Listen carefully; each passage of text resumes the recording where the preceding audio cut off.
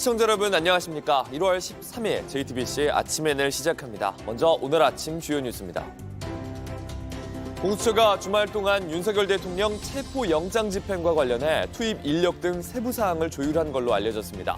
이번 주 체포영장이 집행될 걸로 전망됩니다. 공수처는 현장 거점을 설치하는 등 장기전 대비도 검토 중입니다. 경호처 내부에서도 강경 대응에 대한 반발의 목소리가 나옵니다.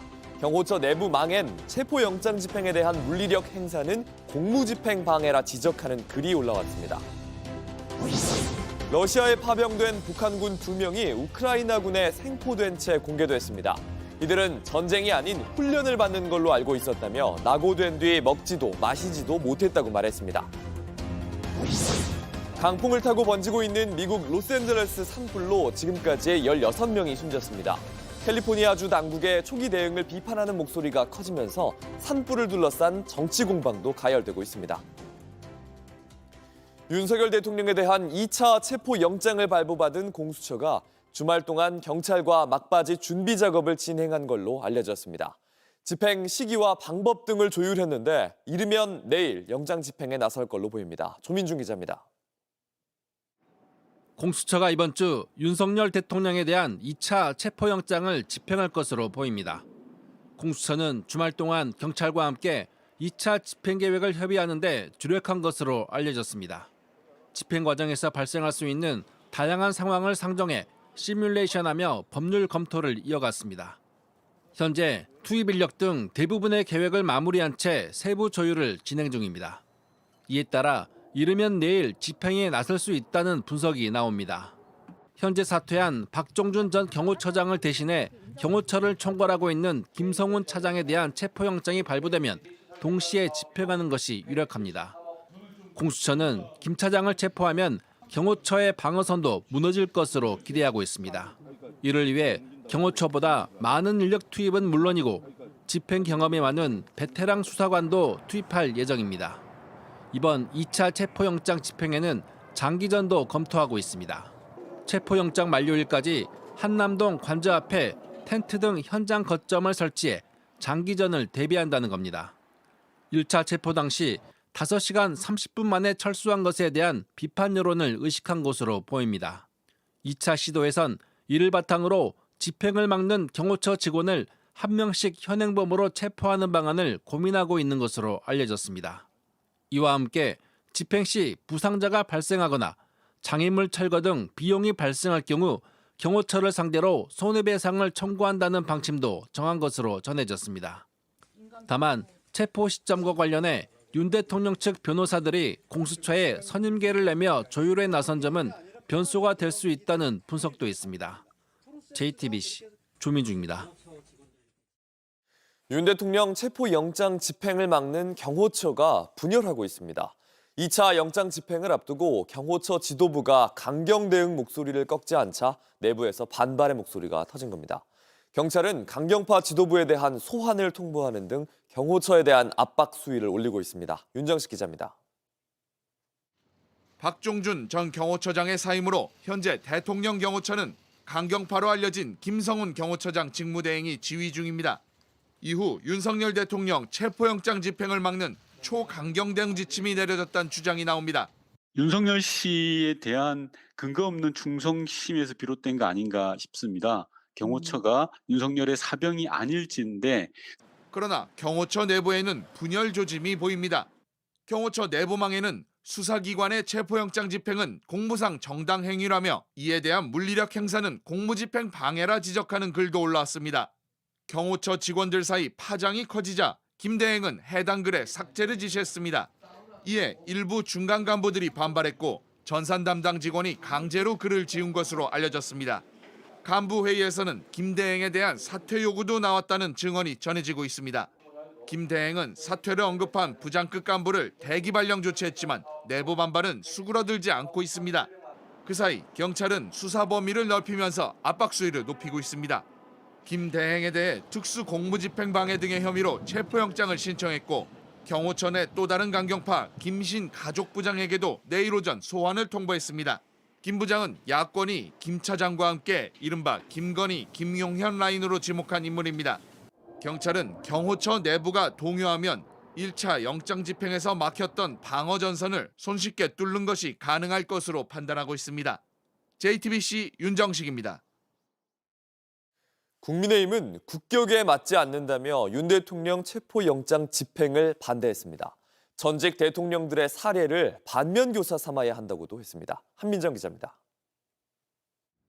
윤석열 대통령의 체포영장 2차 집행을 앞두고 국민의힘은 또다시 국격이란 단어를 꺼냈습니다.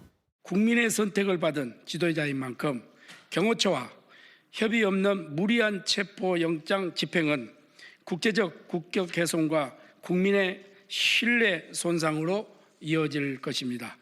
지난 3일 공수처가 윤 대통령 체포를 시도한 것에 대해 헌정 질서를 심각하게 위협하는 중대한 사안이라고 했고 전직 대통령들을 언급하며 공수처와 경찰은 선례를 반면교사 삼아야 한다고도 했습니다. 과거 노무현 전 대통령과 박근혜 전 대통령의 경우 검찰 수사 과정에서도 경호 대상자의 신분을 존중해 이동 동선과 조사 장소 등에 관해서 사전 논의와 조율을 진행했습니다. 하지만 윤 대통령은 전직 대통령들과 달리 공조수사본부의 세 차례 소환에 불응했고 출석 요구서 수령을 거부하며 불출석한 바 있습니다. 또 합법적으로 체포영장이 발부됐는데도 이조차 거부하고 있습니다. 민주당은 대한민국 국격을 추락시키는 건 범죄자 체포가 아닌 내란숙의 결사옹위라고 비판했습니다.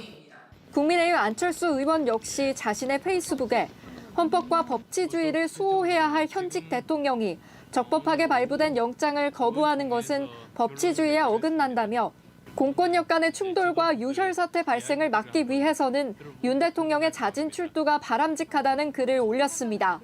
JTBC 한민정입니다. 헌법재판소에선 이번 주부터 윤 대통령에 대한 탄핵 심판 첫 정식 변론이 시작됩니다. 그런데 재판에 출석하겠다던 윤 대통령 측은 체포영장 때문에 신변 안전이 우려돼 탄핵 심판에 나갈 수 없다는 주장을 내놨습니다. 정혜성 기자입니다. 헌법재판소는 오는 14일 윤석열 대통령에 대한 탄핵 심판 정식 변론을 시작합니다. 그동안 윤 대통령 측은 대통령이 탄핵 심판에 직접 출석할 것이라면서도 여러 조건을 걸었습니다. 헌법재판 진행과 관련해서는 출석하신다는 의사는 확고하다. 내란죄 철회 문제라든지 기일 지정의 어떤 일괄 지정 문제. 그런데 이번엔 안전과 경호 문제를 거론하며 윤 대통령이 직접 출석할 수 없다고 했습니다.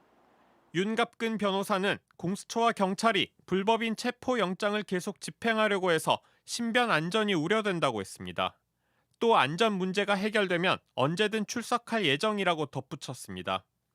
윤 대통령 대변인을 자처하는 석동현 변호사는 탄핵 심판 절차에 출석 못하도록 발을 묶기 위해 체포하려 한다는 주장까지 내놨습니다.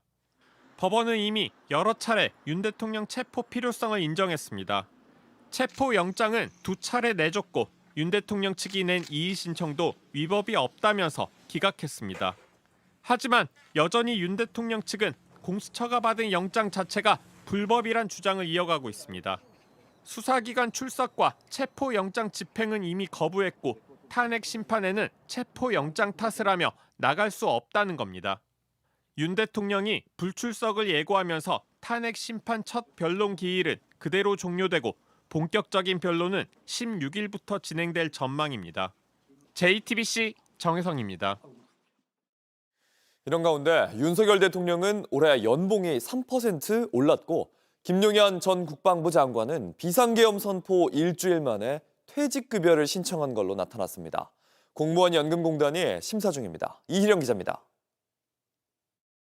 김용현 전 국방부 장관이 공무원 연금공단에 접수한 퇴직급여 청구서입니다.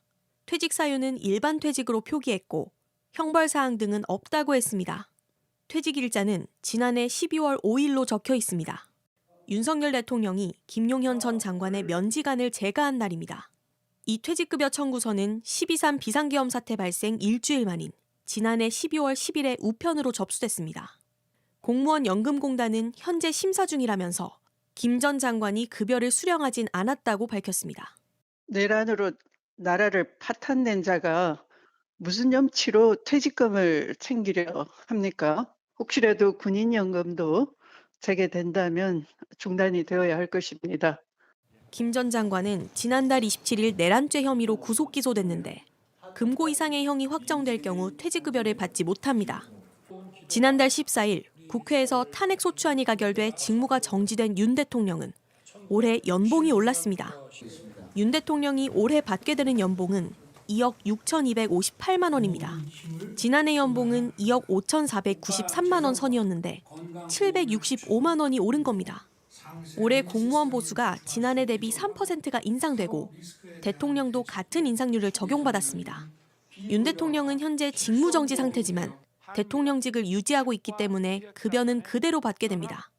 현행법엔 탄핵 소추된 공무원의 급여 수령을 제한하는 규정은 따로 없습니다.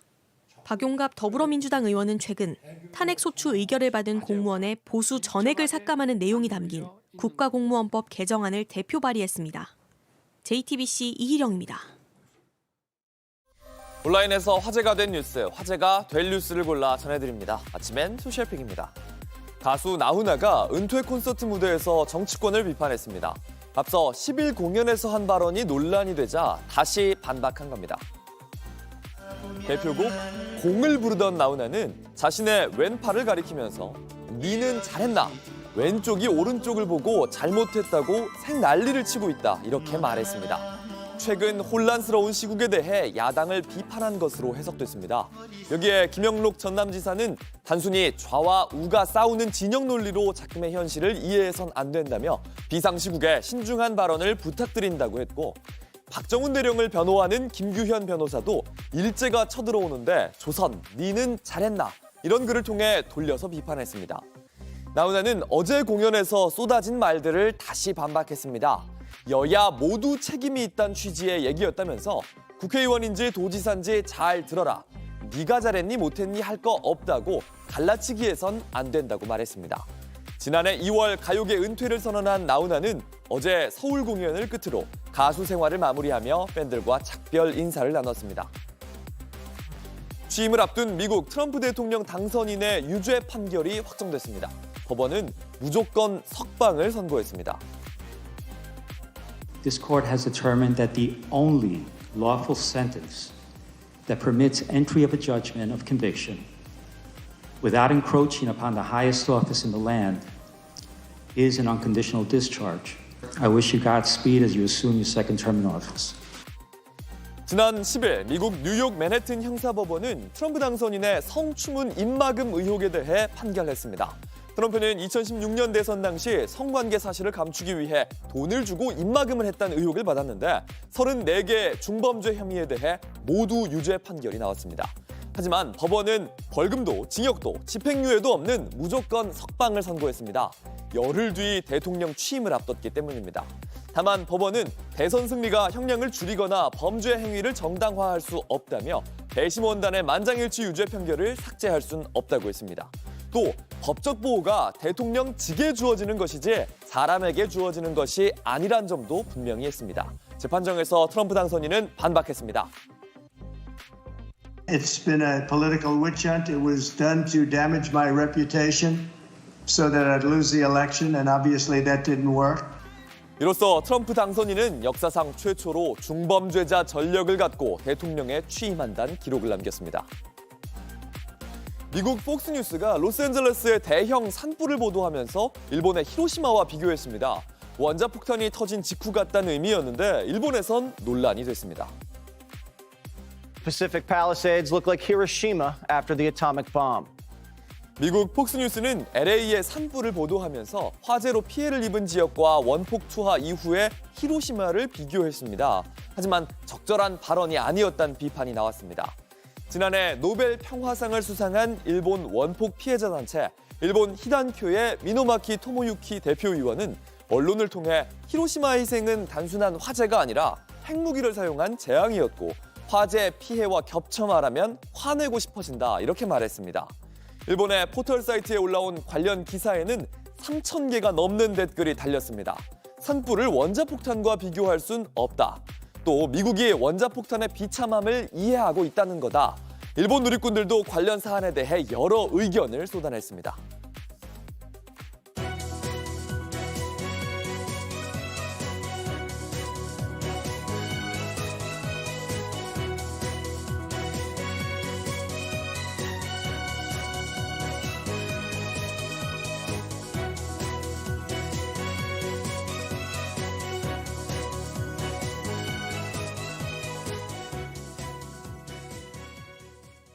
러시아에 파병된 북한군 2명이 우크라이나군에 생포된 채 공개됐습니다. 이들은 전쟁이 아닌 훈련을 받는 걸로 알고 있었다고 말했습니다. 젤렌스키 우크라이나 대통령은 러시아에 붙잡힌 우크라이나군과 생포한 북한군의 포로 교환을 제안했습니다. 이한주 기자입니다. 핏자국이 얼룩진 붕대로 얼굴을 감쌌습니다. 다른 한 명은 양손에 붕대를 둘렀습니다. 우크라이나군이 지난 9일 러시아 서부 쿠르스크에서 생포한 북한군 2명입니다. 각각 20살 소총병과 26살 저격수로 20살 포로는 러시아군의 위장 신분증을 가지고 있었습니다. 이들은 전쟁이 아닌 훈련을 위해 파견된 줄 알았다고 털어놨습니다. 우크라이나 상대로 싸우는 거 알고 있었지. 누구랑 싸운다고 했어? 훈련을 실전처럼 해본다고 했어요. 생포된 병사들은 북한군 병력에 상당한 손실이 있었다고 했습니다. 자신 역시 낙오된 뒤 4, 5일 동안 먹지도 마시지도 못했다고 진술했습니다. 1월 3일 날 나와서 옆에 동료들이 죽는 것을 보고 거기 한강공원에 숨어 있다가 1월 5일 날 부상당하고. 이 병사는 북한으로 돌아가고 싶냐는 질문에는 우크라이나에 남겠다고 했습니다.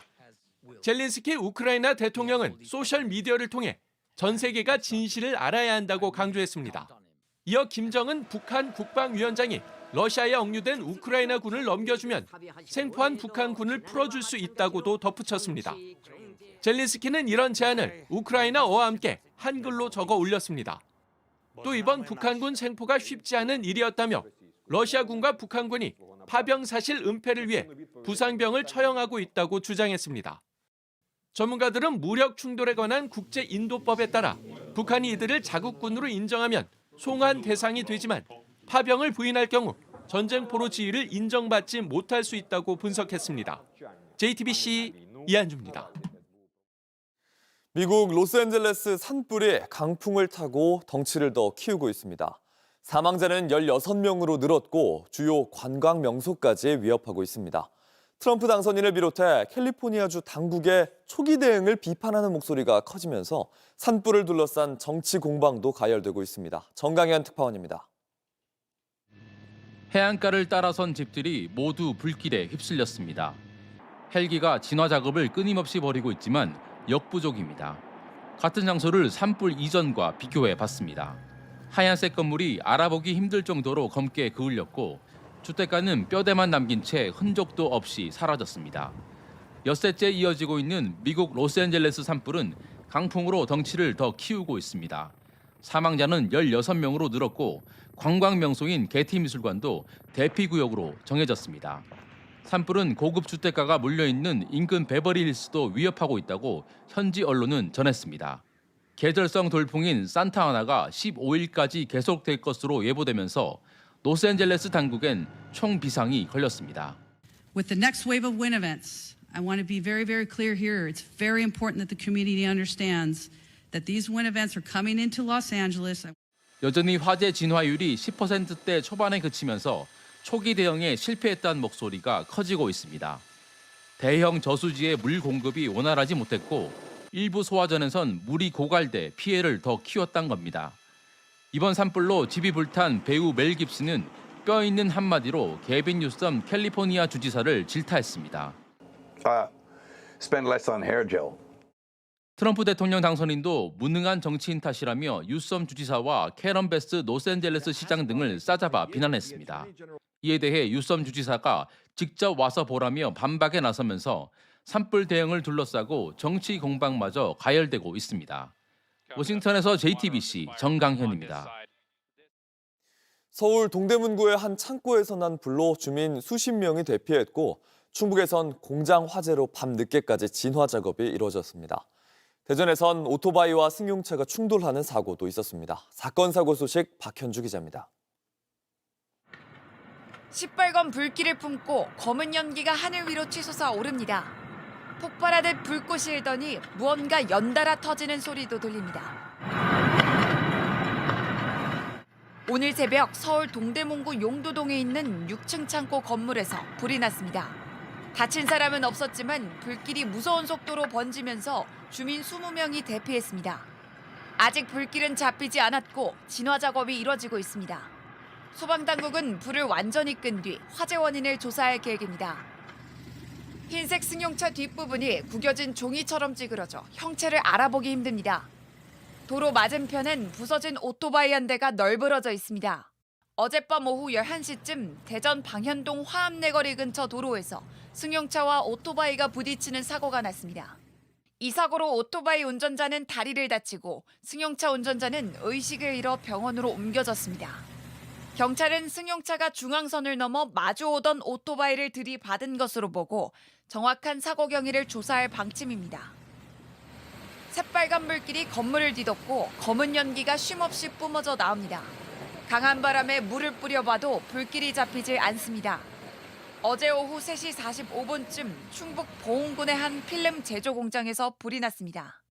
불은 근처에 있는 농업용 비료 등 공장 3곳에 옮겨 붙었습니다.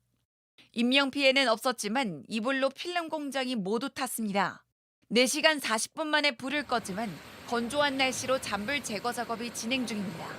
화재가 꺼졌다가 지금 다시 살아나고 그래서 지금 2대가 지금 남아있는 상태고요.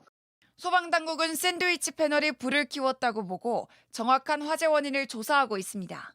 JTBC 박현주입니다. 올해 설 차례상 비용이 대형마트 기준 40만 원을 넘겨 역대 최고로 비싼 수준이란 조사 결과가 나왔습니다.